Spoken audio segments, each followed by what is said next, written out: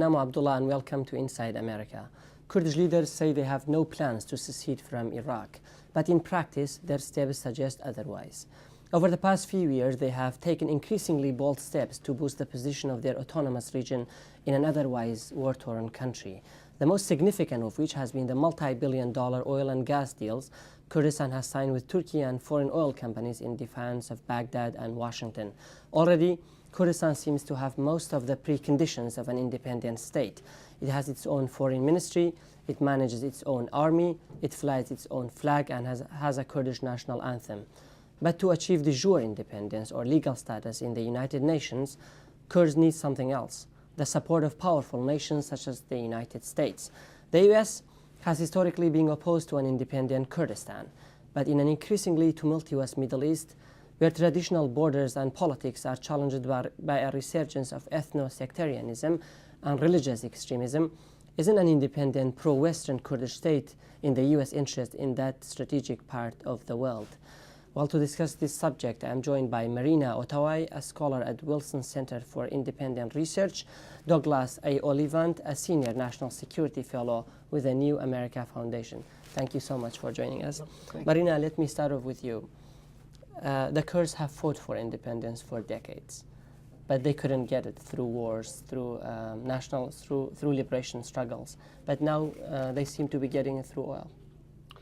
They're getting de facto independence. The Kurdish region, or Kurdistan, is autonomous for all practical purposes. The press always refers to it as the semi-autonomous region. There is nothing semi-autonomous, it is autonomous.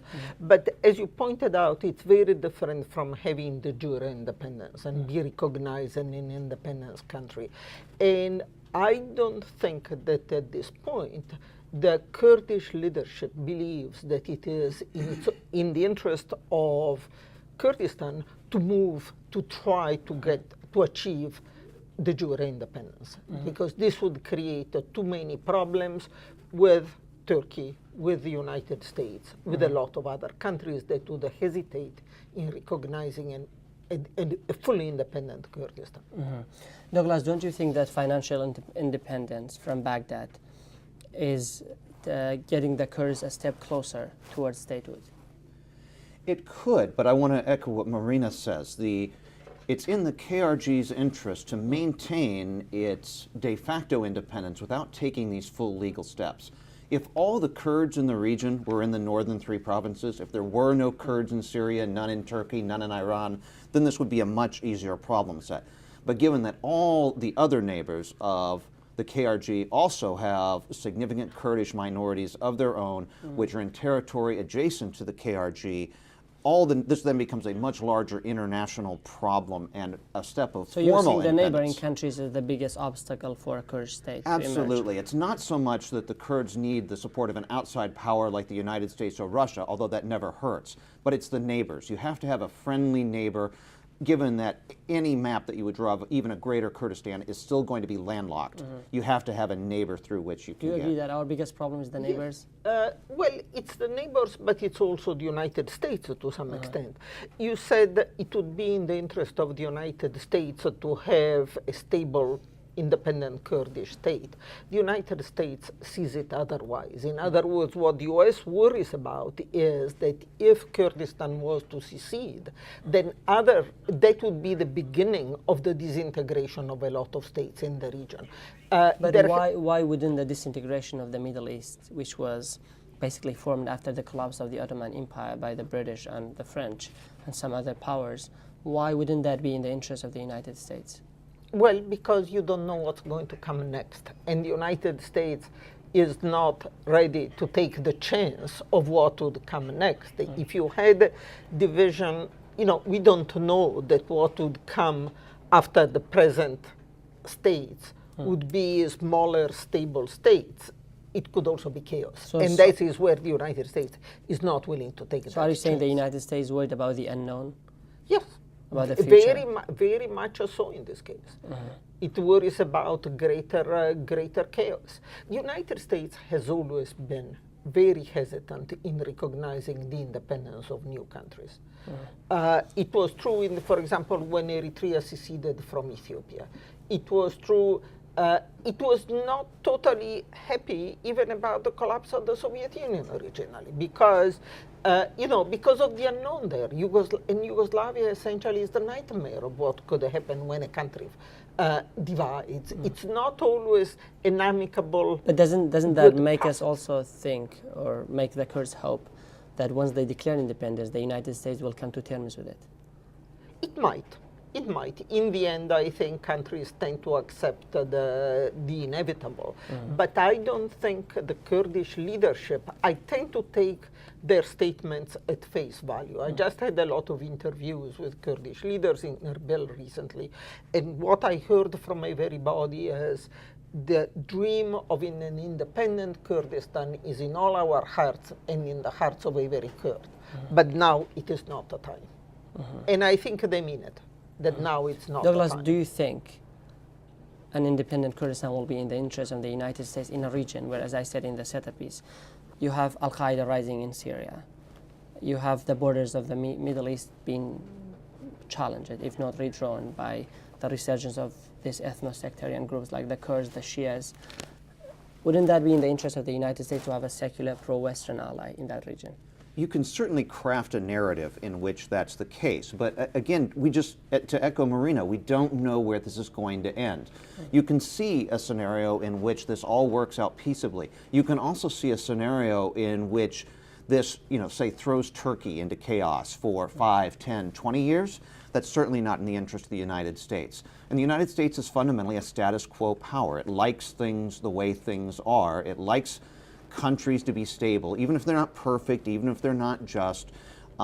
It prefers stability to the unknown. But did that change after 9/11? No, I don't think so. I think maybe temporarily, maybe for a brief moment, but I think certainly the United States is chastened by what happened by its invasion of Afghanistan and Iraq. But the rise of the Kurds in Iraq and in the region is definitely a result of the invasion of Iraq. Absolutely. That action certainly ended up very well for the Kurds. And I think that's why the Kurds are not going to take any bold moves. They have a very good deal in the KRG. It's not perfect, but it's certainly better than anything the Kurds have had in historical memory. So why mess with a good thing? If you've got your revenue, if you have de facto independence, why take the step when all you would really get for it is formal passports and a seat at the United Nations? What do they really get by declaring independence in return for all the risk that comes along with it? I put it slightly different. It's not, I substantially agreed, but I would say the question is not what they would really get if they got their own passport and a seat at the United Nations. I put it differently. I say, what do they lose by waiting a little longer until the situation is clear? But what that a little mean? The Kurdish people could say that let me they have give waited you for an example. 100 years. One thing it means waiting until they are sure that the revenue stream that they get from exporting oil and gas directly is sufficient to make up for what they will not get any longer. That's expected to happen by 2015. It depends on the price of oil at the time, but it's supposed to happen fairly soon. The question is, even then, are they willing, for example, to provoke Turkey, which is in the middle of a complicated negotiation with its own Kurdish population? Turkey, interestingly, looks at Kurdistan as an example, as help in solving the Kurdish problem at home. You know very well that President Barzani was with Prime Minister Erdogan in Diyarbakir very recently. They held a joint meeting there that was very well received by the Kurdish population there. I think the Turks would see it as a provocation at this point if Kurdistan was to declare full independence. The Turks have definitely seen the prospect of a Kurdish independent state as some sort of nightmare that might also lead to the emergence of another state in southeast Turkey. So if Turkey comes to gives green light to an independent Kurdistan in northern Iraq, and if it can, this is unlikely at the moment, but let's say because it's going to be increasingly dependent on natural gas and oil, and Kurdistan region has abandoned oil and gas reserves. Will the United States follow Turkish example and recognize a Kurdish state? It seems to be the main worry for the United States is Turkey. If Turkey agrees with it, then the United States may just go ahead. Maybe, but I don't think so. I think there are so many other equities at stake. Certainly, Iraq itself, but also Syria. Also, given our new détente with Iran, all these interests would be taken into consideration. So I think it's easy to see a scenario in which Turkey and the KRG. Well, it's not easy to see a situation in which the Turkey and the KRG come to terms. But if we accept that, I think it's easy to see the United States still not getting on board. Okay, let's say they're not going to recognize it. That's what, if we decide based on the moment. But what are they going to do to prevent the emergence of a Kurdish state if Kurdish leaders went ahead and declared independence? I don't think they'll do anything in practice. I don't think because they certainly are not going to invade Kurdistan to force it to stay part. I mean, that's not even conceivable as a scenario. So that I think in the end they will not extend the diplomatic recognition, but I doubt that they will take concrete steps. I doubt that they will impose sanctions against an independent Kurdistan and so on. But if we can go back about why the United States does not want an independent Kurdistan, what does an independent Kurdistan mean? Where does it stop? Because there is the issue of a greater Kurdistan, which I don't think it's in the table now, but there is the much more likely issue of a proliferation of little Kurdish entities. With the emergence of the recent autonomous zone With in Syria. the region of Rojava, or and there is no way in which Rojava is going to be part of Kurdistan, or the Iraqi Kurdistan, anytime in the near future, because of the political differences between them. So that in fact, what probably would happen if Kurdistan declares full independence is the proliferation of small Kurdish entities, which may not be in the interest of Kurdistan either. What do you make of that? Do you think that the United States is primarily worried about the emergence of other autonomous zones in other countries? That's why I don't know if that's at the top of the list, but it's part of this unknown, all these unknown unknowns, the possible emergence of chaos, and the possibility that you have this statelet that declares independence and then finds itself embargoed by all its neighbors. What happens if the KRG declares independence and Iraq and Turkey say, well, that's fine, but you're not flying any flights through our territory? How do you get to Erbil then? How do you get in? How do you get flights in? Or if the Turks then say, well, fine, we'll just take all our oil through the one pipeline that comes from Baghdad, and we don't need our oil from Kurdistan. We'll just double our imports from Iraq. There are all kinds of foreign policy tools that could be, because it's going to be a landlocked country, under the best of scenarios, you have to have a neighbor.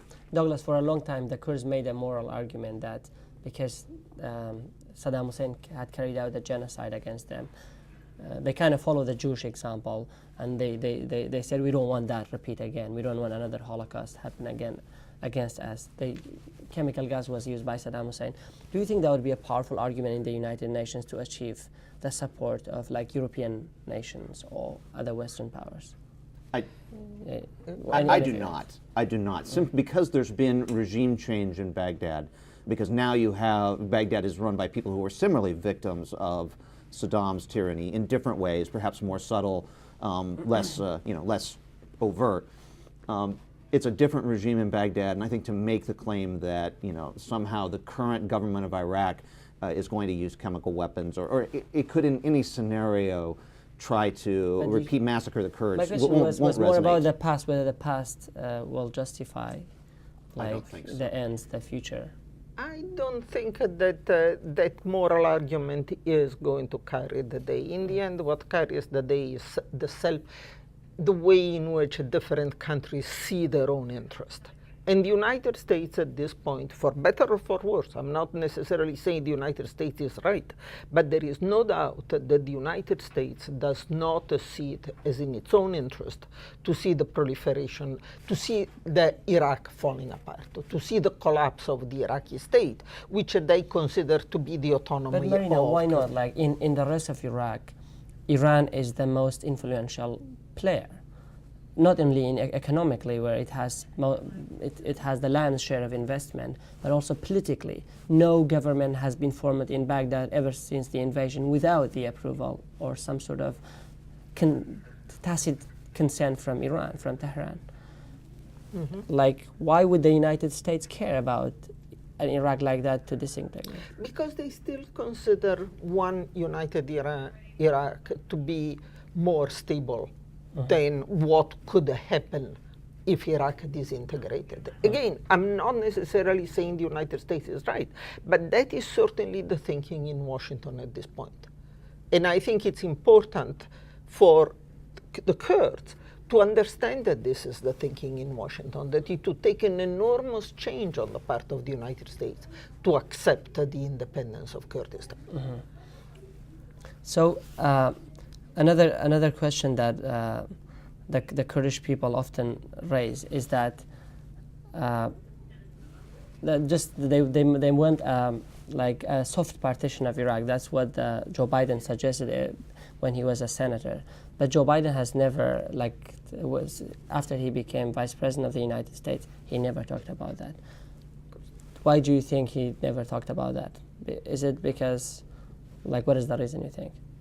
I think because the situation in Iraq was different. You know, in the midst of the civil war in 2006, when it appeared that Iraq was splitting naturally anyway, that was his suggestion to somehow make Iraq come to terms. I think now the United States is more hopeful, despite the current al-Qaeda offensive against Baghdad, that Iraq holds together. Certainly much more than it was, and it certainly continues to look better than it did in 2006. And the Kurdish leaders often seem to find the Republicans more in alliance with them than the Democrats. It's because in 1991 George H.W. Bush provided a no-fly zone for them, and then in 2001 with the invasion of Iraq. Do you think there's a difference between the Democrats and Republicans when it comes to this separatist movement around the world? No, I don't think that's the case. I don't think the Bush administration wanted an independent Kurdistan any more than the Obama administration wants an independent Kurdistan. I participated in a lot of the meetings of the so-called expert groups that were set up to help the State Department formulate the policy after the invasion, right? The United States Institute of Peace set up all these groups. And the first statement that came in all those meetings was, well, what is the interest of the United States in Iraq? And the first answer that everybody was unanimous was to keep the unity of Iraq. That is a policy that was there at the time of the G.W. Bush, and it's there now. But Marina, I remember most of the events that happened after the invasion in 2003. If you look at the policy that the United States implemented, you see most of the policies were encouraging disintegration of Iraq. The first one was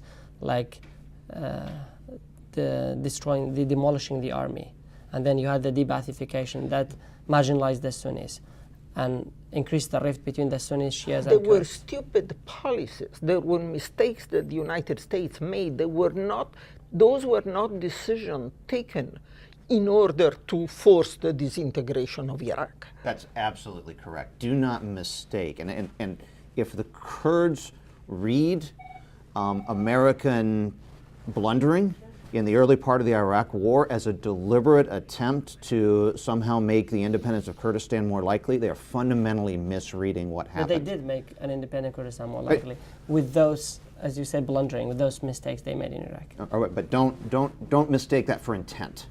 They are unintended consequences. Exactly. Yeah, but that's very different from saying that was the policy. Go back to the Constitution if you want to say if you want to see. Discuss more this issue of unity. The United States, despite the fact that it played a major role in the writing of the 2005 Constitution, was very unhappy with the degree of autonomy that Kurdistan got and the limited power of the central government. it was not the constitution that the United States would have wanted. And from the beginning, there was a process that was set in place. It's a committee that never produced its report, and everybody has forgotten that it was created to revise the constitution, to try and to make it more centralized. The United States did not like that constitution, and there was a feeling that somehow the Kurds had outmaneuvered everybody. Marina, as like a scholar you've written a lot about democracy, about federalism, and I've read some of your really scholarly great articles about Iraq from the invasion until now. Don't you see that as really a contradiction when the United States support a centralized government for Iraq, while it has a very decentralized and supports a very small government back home in the United States?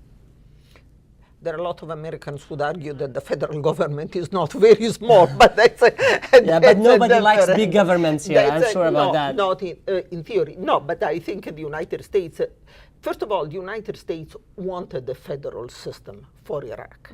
But it wanted the federal system like the American federal system, where every states are organized along geographical lines and not along ethnic lines, and where all states have the same degree of power. What the United States did not like was this Kurdish region that had what the United States thought was an excessive amount of autonomy.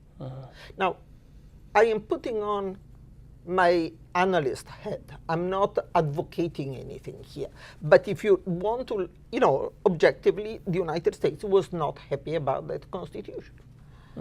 Isn't it, like as an American, Douglas, isn't it better for like a state like New York or a district like Washington to have its own affairs managed at the local level rather than all being decided by the federal government? That's what the Kurdish people want in Iraq. There are no states in the Union that have their own armies, that let people come in without a U.S. visa. There's no analog in the United States to what the KRG does. And I think if you want to look for a U.S. analog, you should look at what the United States did when part of its territory tried to secede and how it reacted to that. So you think Iraq's federalism is really not a federalism? It's like way more than... It's certainly not federalism on the American model. I mean, there are lots of models of federalism. Well, first of all, it is what people call an asymmetrical federalism. Because in a real federal system, you have a federal government, and then each state or region or province has its own government. What you have in the case of Iraq is a government that governs all of Iraq in a fairly centralized fashion, except for Kurdistan. And that's what the asymmetrical federalism is. Yeah, I remember in one of your articles, I think in 2005, you said that the Shias voted for the Shias. You noted that the Kurds voted for the Kurds and the Sunnis voted for the Sunnis. That was true. And that suggested that all of these, and you said, quote unquote, I think, these groups have different agendas and goals in Iraq. Yeah. So doesn't that suggest a decentralized kind of system is the best for Iraq? Yeah, but there are many, decentralization can be carried out in many different ways. Decentralization does not mean necessarily regions with the degree of autonomy that Kurdistan has. Look, in the end, it is up to the Iraqis to choose. It's not up to the United States to choose. And so far, there was talk, for example, after 2005, of the possibility of the formation, Al-Hakim was advocating it, the formation of a Shia region that would comprise all the Shia provinces with a degree of autonomy similar to that of Kurdistan. That was rejected in the end. That solution was rejected. It's beginning to reappear a bit in terms of individual provinces that are beginning to be turned into regions with greater autonomy. But so far, it's not the dominant trend. Now, on that note, I would like to take a short break, but after the break, we will come back to discuss the subject further.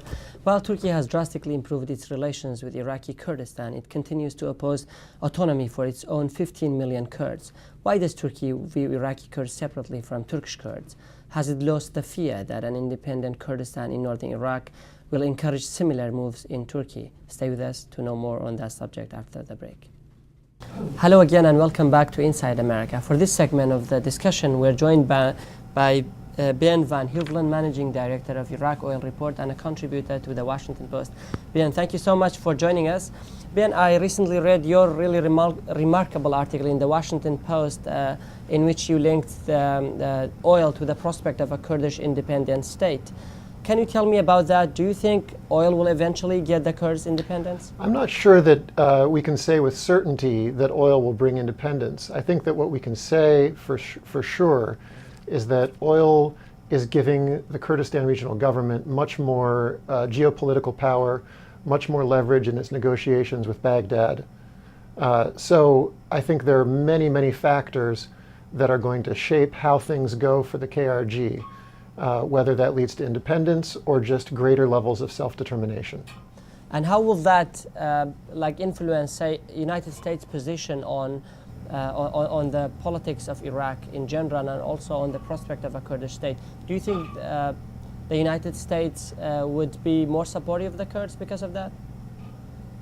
Well, I think that's a complicated question. The broad answer is that the U.S. is very interested in making sure that Iraq stays one unified country. There are a lot of reasons for that. It's a more complicated question, though, because, of course, you also have American oil companies who are working both in southern Iraq and in Kurdistan. And so the equation becomes a little bit more muddied in that way. So the U.S. policy officially at this point is to discourage Kurdistan from becoming independent. But within the context of a unified Iraq, there are a lot of different levels of autonomy that we could see for the KRG. Yeah, Ben, as a journalist, you've worked in Iraq for quite a while, and you've covered the oil industry in Kurdistan and Iraq as well. Why don't you just give us some basics about the amount of oil that Kurdistan regional government has? I know the Kurdish government claims certain numbers, and why is Turkey, why has Turkey turned to be such a partner with the Kurds? Is it just because of the oil and gas? Do we have so much oil that Turkey will need?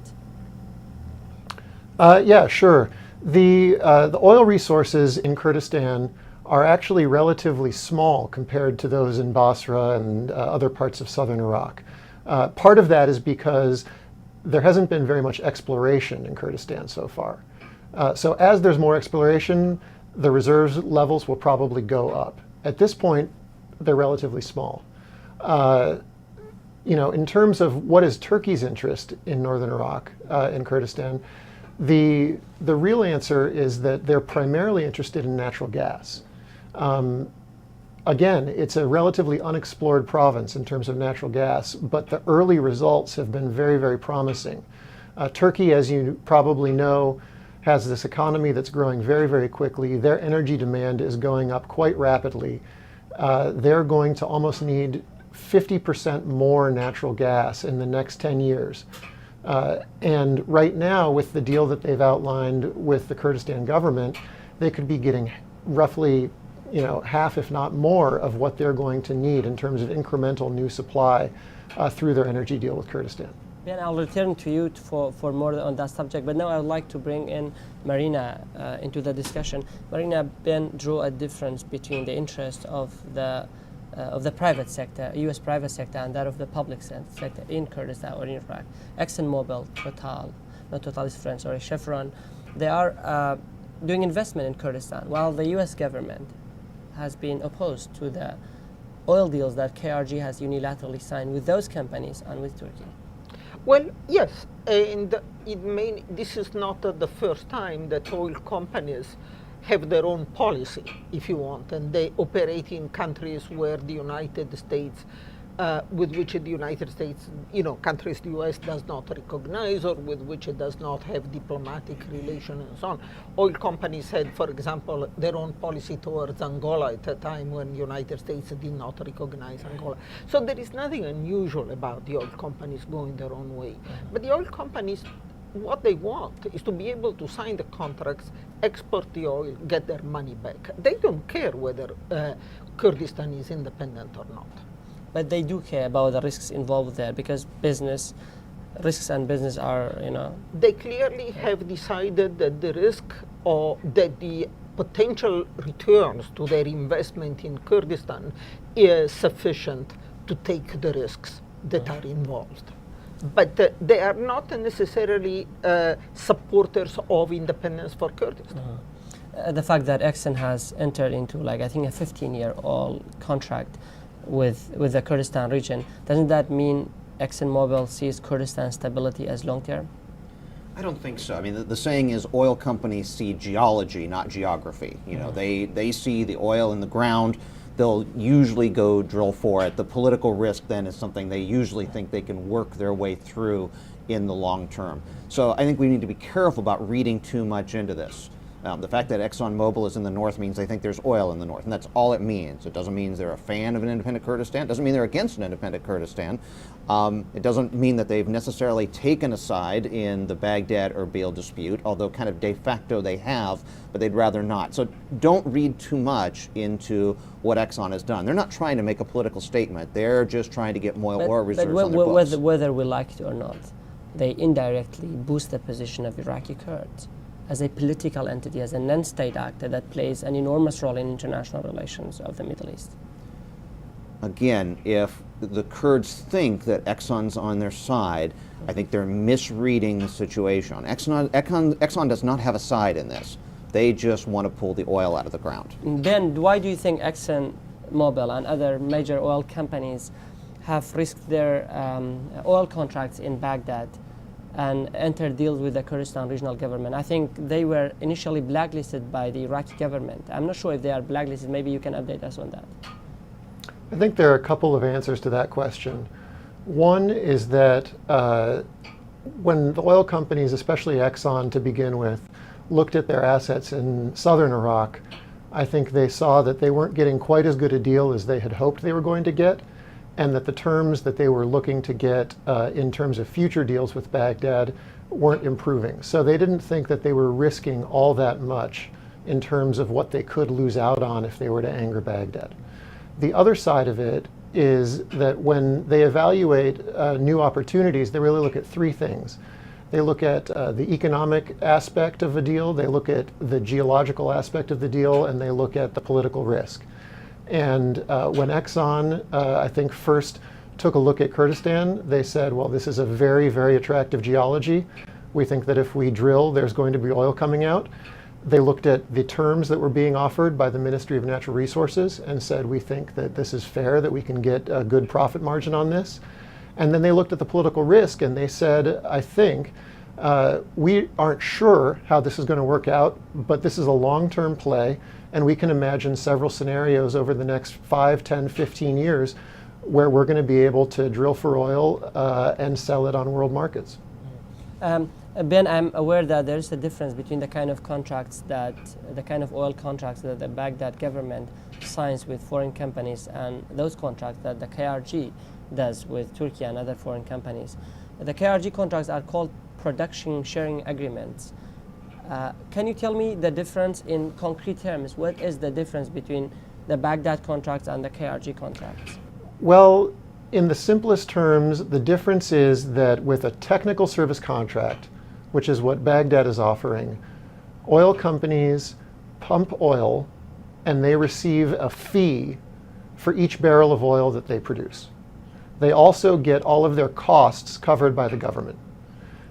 In Kurdistan, with their production sharing contracts, the oil companies actually get a share of the production. So anytime they sell oil, some of the proceeds from that oil goes directly to the company. And it's also subjected to taxes and all sorts of other financial mechanisms. But basically what a production sharing contract does is it makes sure that you're tying the financial interests of the oil company to the financial interests of the government. So production sharing contract that the KRG has are definitely better, and that brings me back to your point that you made. The reason that ExxonMobil and other companies have gone into deals with the KRG is purely economic. Yes, right? They're getting Well, good deals. Yeah, I'm sorry. Ben, Was I'm that a trying question to bring Marina now into the discussion. Sorry, Marina, do you think so? It's purely economic, and the Kurdistan regional government should not, how can I say, should not depend on those companies and risk declaring independence anytime soon. It should not assume that those companies are supporters of Kurdish independence. they clearly have, are betting that the contracts that the Kurdish government has signed with them will hold, although Baghdad says that they are not legal. But in a sense, what they really care about is the contracts, the revenue that they will make from those contracts.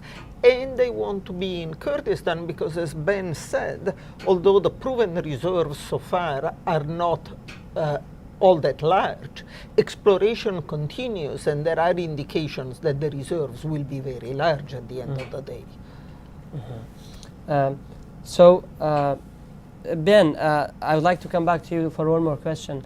The contract, there has been a dispute between Baghdad and Kurdistan whether the Kurdistan's oil contracts are legal or illegal. Baghdad has certainly said all of them, virtually all of them, are illegal. Kurdistan says they are constitutional or they are legal.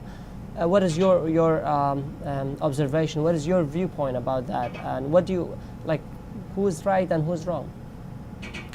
Well, I can't say who's right and who's wrong about that. What I will say is that Iraq as a state is incomplete in its construction. Ideally what you would have is, if there were a dispute between two competing authorities in a state over what's legal and what's illegal, you would have a judicial branch that would then go ahead and make a ruling on that legality. Unfortunately, the judicial branch in Iraq is incompletely formed and is not an authority that carries weight or very much weight with the Kurdistan region. So I think it's less important what my opinion is about who's right and who's wrong. The observation that I would make is that the question of legality is not being decided by an Iraqi body like the Iraqi judicial branch. The question is being decided by foreign companies, i.e. who is willing to sign contracts with Kurdistan or with Baghdad, and it's also being decided by actors like the Turkish government, which is making decisions about whether or not to facilitate the export of oil from Kurdistan. I think we need to take another short break right now, but after the break we will come back to discuss this subject further. But one of the challenges facing any future Kurdish state would be the historic land disputes Kurdistan has had with Baghdad for many, many years. Those disputes center around the oil-rich province of Kirkuk. Will Kurdistan be willing to give up Kirkuk for independence? After a short commercial break, we will return to discuss this subject in more detail. Hello again and welcome back to Inside America. Douglas, I would like to come back to you and ask you a question about the disputed territories we have with Baghdad. And those lands are unlikely to be resolved anytime soon. As an American expert who has viewed Iraq, who has been to Iraq, what do you think about those disputed territories and whether you think the Kurds should choose independence and give up Kirkuk if they had the option to go for independence? Well, it's certainly not my place to tell the Kurds what they should or should not do. Now, if they wanted a dissolving of ties with Baghdad to be more peaceful, certainly leaving this disputed territories behind would be a big step towards ensuring that this was a more velvet split than the hostile one. But as we've been emphasizing all along, I think there are just so many things that that are unknown, that will develop over time. And I think that's why the Kurdish leaders are being prudent about this. We need 10 or 15 years for this to develop. We need to see what the real oil resources are. We need to have a census, finally, around Kirkuk and get a real sense. I think it's been 30, 40 years, and we know there's been a lot of demographic movement. So we have no idea what the real truth is about what the demographic splits are in these disputed areas. So we need to get that data. We need to learn what that really is, and that will drive what the status is. Obviously, it's different if Kirkuk is 60% Kurdish or if it's 60% Arab. Those are two entirely different scenarios. Yeah, I mean, the reason I asked that question is because if you give up Kirkuk, Baghdad may not have a problem with you breaking up from Iraq. Do you think that is true? We've heard whispers of this from Baghdad, that if the northern three were just to go, maybe on the green line as it's currently drawn, maybe that would be okay. But no one's saying that officially. No one's talking about that. So that's really an unknown right now. I mean, at the moment, Baghdad has virtually no control over the Kurdistan region, the three provinces. No. Do you agree that if Kurdistan gave up Kirkuk, it could convince Baghdad to recognize an independent region in Northern Iraq? I have no idea, frankly. I really cannot answer that question. Based on your observation over the past, few years, isn't that going to be better for the Shia, say, to let the Kurds go their own way?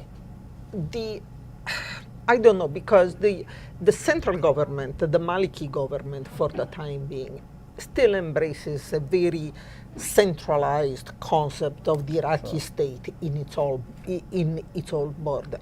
We don't know what's going to happen with these elections. We don't know how this tendency that is growing in Iraq of many provinces demanding to become regions is going to affect the thinking of Baghdad. So I really don't know how to answer your question.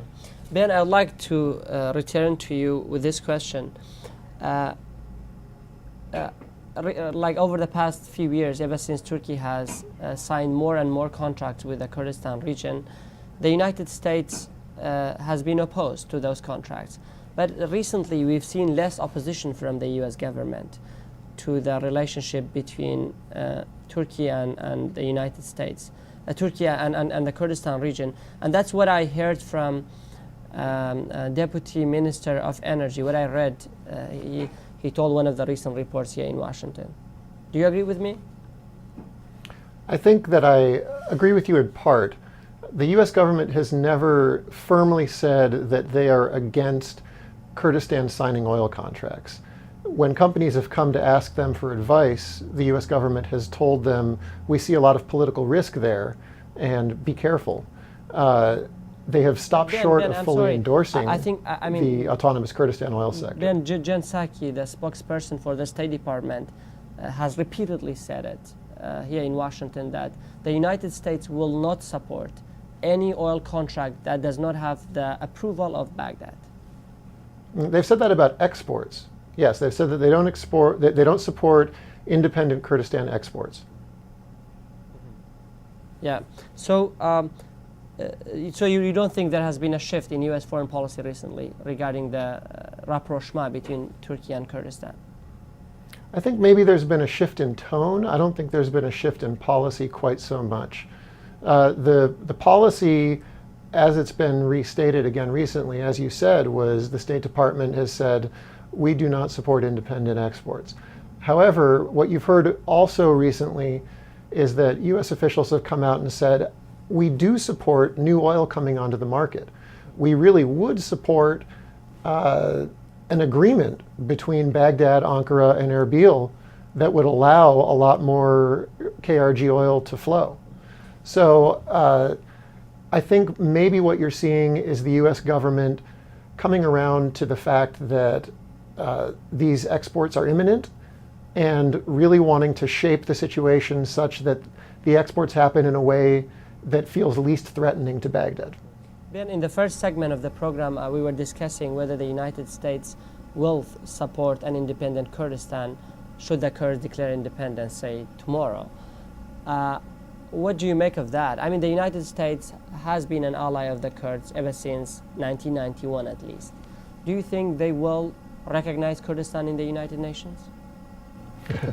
I think it's too early to say.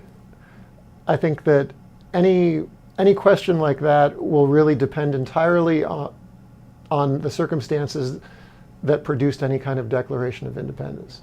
I also think that such a declaration is probably a ways away, so there are far too many unknowns to be able to say. What I can say with certainty right now is that the messages from the U.S. government to the Kurdistan government is that the U.S. government does not want to see an independent Kurdistan. The U.S. government is very interested in maintaining the territorial integrity of Iraq, and I think that a big subtext in this issue, which we haven't quite discussed yet, is the issue of precedent, that if the Kurdistan region gains more and more autonomy and even becomes independent, then that sets a precedent that other provinces in Iraq might be inclined to follow, such as Basra. If there were a serious independence movement in Basra echoing the autonomy movement in Kurdistan, that would be immensely destabilizing for southern Iraq And that, I think, the U.S. government would see as a threat to its interests. And Marina, while Kurdistan is becoming increasingly financially independent from Baghdad, it's becoming financially dependent on Turkey. Which one is better?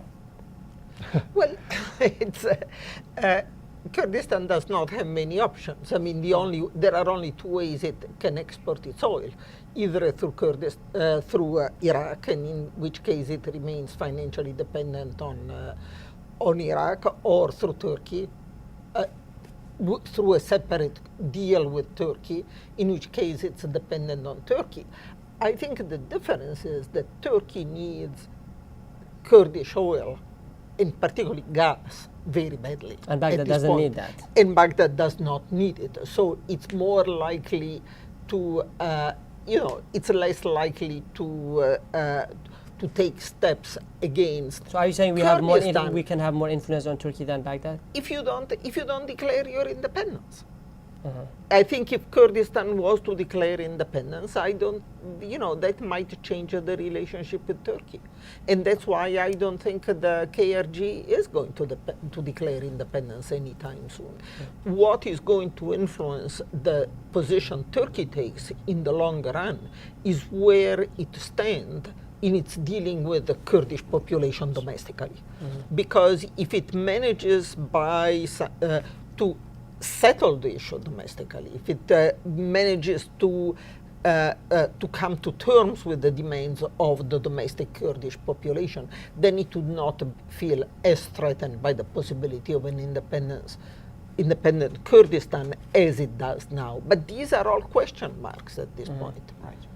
Nor have we talked about what a possible, the restoration of Iran in the international community might mean, and if Turkey can get oil from that direction. All these things change the political calculus. We actually just 1 minute left. I'd like to return to Ben. Ben, do you think Turkey has kind of lost the fear that it once had about the influence that a Kurdish state in northern Iraq might have on its own Kurds? Turkey has always been worried that an independent state in northern Iraq would encourage similar tendencies in southeast Turkey. I think that there's been a real change in Prime Minister Erdogan's thinking about this. I think there are a couple of things that have happened. The first one, and I think probably the most important, is that Erdogan's political situation has evolved and shifted in Turkey. So he's really trying to build a base of political support based on sort of a cultural and religious approach to which he believes a lot of Kurds in Turkey will be sympathetic. So as he thinks about how to create a working majority to fuel his future ambitions politically, I think he sees Turkey's Kurds, or at least a chunk of Turkey's Kurds, as potential allies. The other piece of it, I think, has very little to do with his concern for southeastern Turkey, and it has to do with his recognition that in order to keep Turkey's economic growth going, they're really going to need to have quite a lot of cheap energy coming in.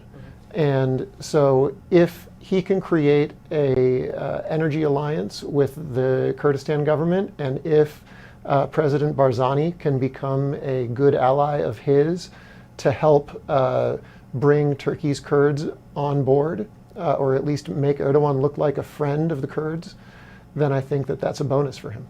A great note to end the discussion. Ben Van Heuveland, Managing Director for Iraq Oil Report. Thank you so much for talking to Rudao from New York.